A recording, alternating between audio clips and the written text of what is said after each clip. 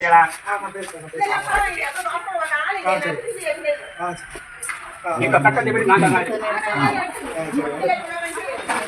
Plastic ஏறுறதா? எனக்கு சொந்த பைசா வேலைக்கு வாங்கி ஊர் மக்கள் ரோடு வசதி கொடுத்துருக்கேன், மின்சார வசதி கொடுத்துருக்கேன். இங்க பாருங்க வெள்ளத்துக்கு லைன் எடுத்து கொடுத்துருக்கேன். மக்கள் சேவை தான் பண்ணுவாங்க, மத வழிபாடு நாங்க பண்ணல. ட்ரஸ்டிகளை மக்கள் பண்ணி அதுக்குதான் ஊர் சாட்சி சைன் போட்டு வந்திருக்காங்க. ஊர் சாட்சி. ஆண்டவராகிய இயேசு கிறிஸ்துவின் இனிதான நாமத்திலே இந்த வீடியோ பார்த்துக்கிட்டு இருக்க என்னோட வயசில் மூத்தவங்க, என்னோட வயசில் இளைய பிள்ளைகள் அனைவருக்கும் அன்பின் ஞாயிற்றுக்கிழமை நல்வாழ்த்துக்கள். இன்றைக்கி ஞாயிற்றுக்கிழமை இல்லைங்களா? இந்த வீடியோ பார்த்துக்கிட்டு இருக்க எல்லாரும் ஹலோ அமிச்சிட்டேன். ஆமாம், இந்த வீடியோ பார்த்துக்கிட்டு இருக்க எல்லாரும் அவங்கவுங்க திருச்சபைக்கு போயிருப்பீங்க அப்படின்ட்டு நம்புகிறேன். அவங்கவுங்க திருச்சபை, ஜெப மையம், ஜெப கூடாரம் கட்டாயம் போங்க. சபை கூடி வருதலை விட்டு விடாதிருங்கள். திருச்சபைகளின் அழிவு கிறிஸ்தவத்தின் அழிவு. அதாவது இந்த நிகழ்வு பார்த்திங்கன்னா நம்ம கன்னியாகுமரி மாவட்டம் மேலப்புறம் அப்படின்ற ஒரு கிராமம். அங்கே ஒரு சபை, அந்த சபையை என்ன பண்ணியிருக்காங்க, அந்த சபைக்கு பக்கத்தில், சர்ச்சுக்கு பக்கத்தில் இருந்த ஒரு ரப்பர் தோட்டம். அந்த ரப்பர் தோட்டம் பாஸ்டரோட வீட்டில், அதான் திருச்சபையில் என்ன இருக்குது, பாஸ்டர் வீடு எல்லாமே ஒன்றா தான் இருந்திருக்காங்க போல இருக்குது. அங்கே விழுந்திருக்கு. அந்த இதுவை வெட்டுங்கய்யா அப்படிங்கும்போது அந்த திருச்சபை பாஸ்டர், திருச்சபை விசுவாசிகளுக்கும் அந்த இடத்தோட ஓனர், ரப்பர் தோட்டத்தோட ஓனருக்கும் சண்டை வந்திருக்கு. ஒன்றும் இல்லை, நம்ம கிராமங்கள்லாம் பார்த்தீங்கன்னா ஏன் மழை தண்ணி என் வீட்டில் உழுது, கூரை தண்ணி உழுதுன்னு சண்டை போட்டிருக்கோம் தெரியுமா? கிராமங்களில் உள்ளவங்களுக்கு தெரியும். மழை தண்ணி விழுந்தாவே வெட்டுக்கொலை வர போகும். அந்த மாதிரி பார்த்திங்கன்னா இங்கேயும் அதே மாதிரி சண்டை வந்த உடனே இந்த சர்ச்சை நான் எப்படியாவது மூடி காட்டுறேன் அப்படின்ட்டு அந்த ரப்பர் தோட்டம் அவரும் ஒரு கிறிஸ்தவரான், வேற ஒரு சர்ச்சுக்கு போகிறவர் போல இருக்குது. இது கன்னியாகுமரி மாவட்டம். அவர் என்ன பண்ணியிருக்காப்புல, போலீஸ் ஸ்டேஷனில் இருந்து எங்கெங்கெல்லாம் மனு கொடுக்க முடியுமோ கொடுத்து மதுரை நீதிமன்றத்தில் போயிட்டு டைரெக்டாக நீதிமன்றத்தில் இருந்து ஒருத்தரை பிடிக்கிறதுக்கு பிடிவாரண்டு அந்த மாதிரிலாம் வாங்குவோம் இல்லையா, அந்த மாதிரி நீதிமன்ற உத்தரவோடு சர்ச்சுக்கு என்ன பண்ணியிருக்காங்க, சீல் வச்சுருக்காங்க. ஒரு கிறிஸ்தவர் என்ன பண்ணியிருக்காரு, இந்த காரியத்தை பண்ணியிருக்காரு. அதாவது திருச்சபை எதனால் மூடப்பட்டது, அப்போது இவங்கக்கிட்ட அப்ரூவல் என்ன, அவங்கன்னு கிடையாது. இதுக்கப்புறமா நான் என்ன பண்ணுறேன், உங்களுக்கு நிறைய காமிக்கிறேன் சரிங்களா? என்னென்ன மாதிரி அப்ரூவல்லாம் உங்களுக்கு வேணும் அப்படின்றத டீட்டெயிலாக என்ன பண்ணுறேன், பேசுகிறேன்.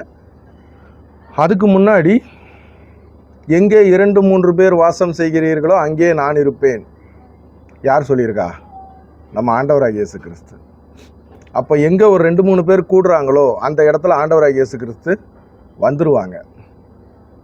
அப்போ நீங்கள் இன்றைக்கி ஒரு சபையை மூடுறீங்க, ஒரு திருச்சபை ஆராதனையை கெடுக்கிறோம், ஒரு திருச்சபையோட ப்ரேயர் மீட்டிங்கை கேன்சல் பண்ணுறது அந்த திருச்சபை பாஸ்டரையோ, அந்த ஜபக்கூடாரத்தோட பாஸ்டர் அம்மா, சபை விசுவாசிகள் கிடையாது.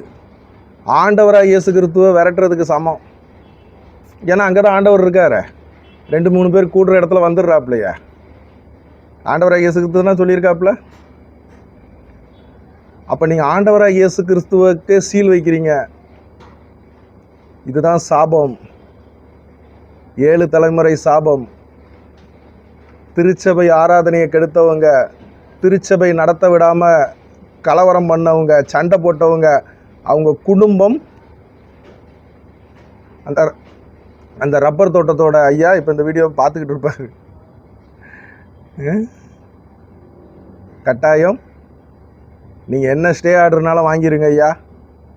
இந்த வீடியோ பார்த்துக்கிட்டு இருக்கீங்கன்னா தயவுசெய்து இப்போமே இப்போ என்ன பண்ணுங்க, அவங்க ஆராதனை நடத்துறதுக்கு வழி விடுங்க. திருச்சபையை கெடுத்தவங்க, திருச்சபை ஆராதனையை தடை பண்ணவங்க, திருச்சபைக்கு சீல் வச்ச குடும்பம், அதே மாதிரி பாஸ்டர்மார்களை கை நீட்டி அடித்தவங்க ஒருத்தரும் நல்லா இருந்ததில்லை. ஏகப்பட்ட பேரை பார்த்துருக்கேன் சின்ன வயசுல இருந்து. இப்போ உங்களுக்கு தோணும் நான் பெரிய சாதனை புரிஞ்சிட்டேன் பார், போலீஸ் டிபார்ட்மெண்ட், என்னோட படைபலம், பணபலம், அரசியல் செல்வாக்கு, நீதிமன்றம் உத்தரவு, நான் எவ்வளோ பெரிய கெத்தான ஆளு. ஆண்டவர் என்ன பண்ணுவார்? ஆண்டவர் இயேசு கிறிஸ்து அன்பானவர், பிரியமானவர், ஒரு கன்னத்தை அடித்தா அடுத்த கன்னத்தை காட்டுன்னு சொன்னவர். அதை சொன்னது மட்டும் இல்லை, தன்னை சிலுவை மரத்தில் ஏற்றினவங்களை, பிதாவே இவங்க செய்கிறது என்னன்னு தெரியாமல் இருங்க மன்னிச்சு விடுங்க. முதலாம் வார்த்தை தனக்கு தண்ணி கேட்கல, அதை ரெண்டாவதாக தான் கேட்டாப்புல. தன்னோட அம்மாவை பற்றி ரெண்டாவதாக தான் மூணாவதாக தான் யோசிச்சாப்புல. பிதாவே ஏன் என்னை கைவிட்டீர்னு பிதாவானவர்கிட்ட அதுக்கப்புறமா தான் சண்டை போட்டாப்புல. ஆனால் முதல்ல தன்னை நிந்தனை பண்ணவங்க, தன்னை அவமானப்படுத்துனவங்க, தன்னை காரி துப்புனவங்க, தன்னை பிசாசின் மகனேன்னு சொன்னவங்க, தன்னை கேவலப்படுத்தினவங்க, தனக்கு முள்முடி வச்சவங்க, தனக்கு ஆணி அரைஞ்சவங்க கைகள்லையும் கால்கள்லையும், தன்னோட அம்மா அப்பா ஊரார் முன்னாடி துணி இல்லாமல் கேவலப்படுத்தப்பட்ட ஆண்டவராகிய இயேசு கிறிஸ்து, பிதாவே இவர்கள் செய்வது என்னன்னு தெரியாமல் இருக்காங்க மன்னிச்சிருங்கன்னாப்ல. ஆனால் ஆண்டவராகிய இயேசு கிறிஸ்து மேலே ஃபர்ஸ்ட் எஃப்ஐஆர் என்னது? சவுக்க தூக்கி என்ன பண்ணாப்புல? தன்னோட திருச்சபைக்காக சவுக்க தூக்குன ஆண்டவராகிய இயேசு கிறிஸ்து. தன்னோட திருச்சபைக்கு ஒன்றுன்னா டெரரிசம், தீவிரவாதத்தில் இறங்கின ஆண்டவராகிய இயேசு கிறிஸ்து. தன்னோட திருச்சபைக்கு ஒன்றுன்னா ஆண்டவராகிய இயேசு கிறிஸ்து பச்சிக்கிற அக்னியாக இருக்கிறார். இந்த வீடியோவை அந்த ஐயா பார்த்துக்கிட்டு இருக்கீங்க, அந்த சபையை மூடுறதுக்கு கோர்ட் ஆர்டர் வாங்கின ஐயா பார்த்துக்கிட்டு இருக்கீங்கன்னா இப்போமே இப்போ என்ன பண்ணுங்க, சமாதானமாகி அந்த பாஸ்டரோட சமாதானம், அவர் ஒரு மனுஷங்க, அவரை விடுங்க. ஆண்டவராகிய இயேசு கிறிஸ்துக்கிட்ட அவங்க முழங்கால் படிக்கிட்டு பாவத்துக்கு மன்னிப்பு உண்டு, சாபத்துக்கு கிடையாது. 7 தலைமுறை 8 தலைமுறை குடும்பத்தை வச்சு என்ன பண்ணும்? ஆண்டவராகிய இயேசு கிறிஸ்து சவுக்க தூக்குவார் தன் ஆலயத்துக்கு ஒன்றுன்னா.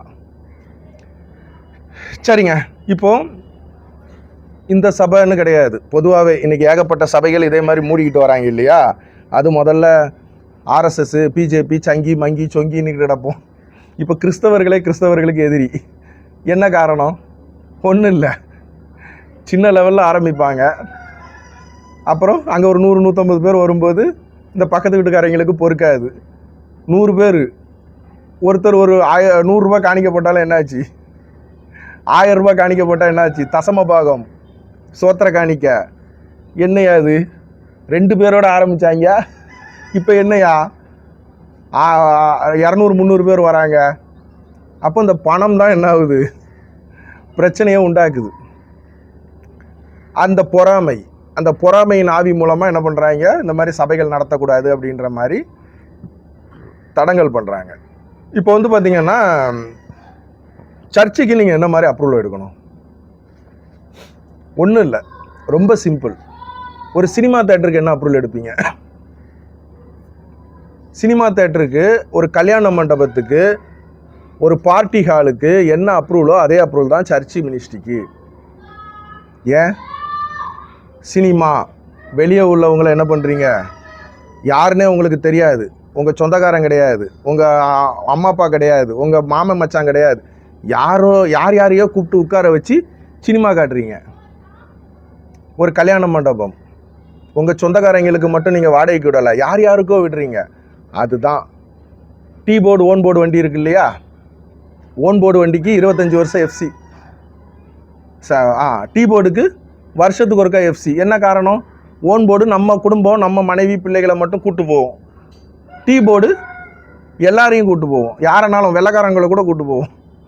அப்போது அடுத்தவங்களை வச்சு நீங்கள் ஒரு இடத்துல கூடும் பொழுது அதுக்கு நீங்கள் என்ன பண்ணணும்? அப்ரூவல் எடுக்கணும். அவ்வளோதான் சர்ச் மினிஸ்ட்ரி. அப்போ அந்த அப்ரூவலுக்கு பேசிக் என்ன? இன்றைக்கி சிஎஸ்ஐ, ஆர்சி, லுத்ரன், இன்னும் பல சபைகள் உங்கள் ஊர்களில் இருக்கும். அட்வென்ட் சபை, சால்வேஷன் ஆர்மி, லொட்டு லொசுக்குன்ட்டு. அங்கெல்லாம் போய் என்னைக்காவது யாராவது பிரச்சனை பண்ணி பார்த்துருக்கீங்களா? சபையை மூடுங்க, பண்ண முடியாது. பெண்டிகாஸ்டல், இந்த இண்டிவிஜுவல் சபைகள், பெண்டிகாஸ்டல் சபைகள் தான் மூடுங்கன்னு பிரச்சனை நடந்துக்கிட்டு இருக்கு. அப்போ என்ன காரணம்? நீங்கள் என்ன பண்ணணும் அப்படின்னா, ஒரு ஜப மையம், ஜப கூடாரம் என்ன பேரில் வேணால் முதல்ல என்ன பண்ணுங்க,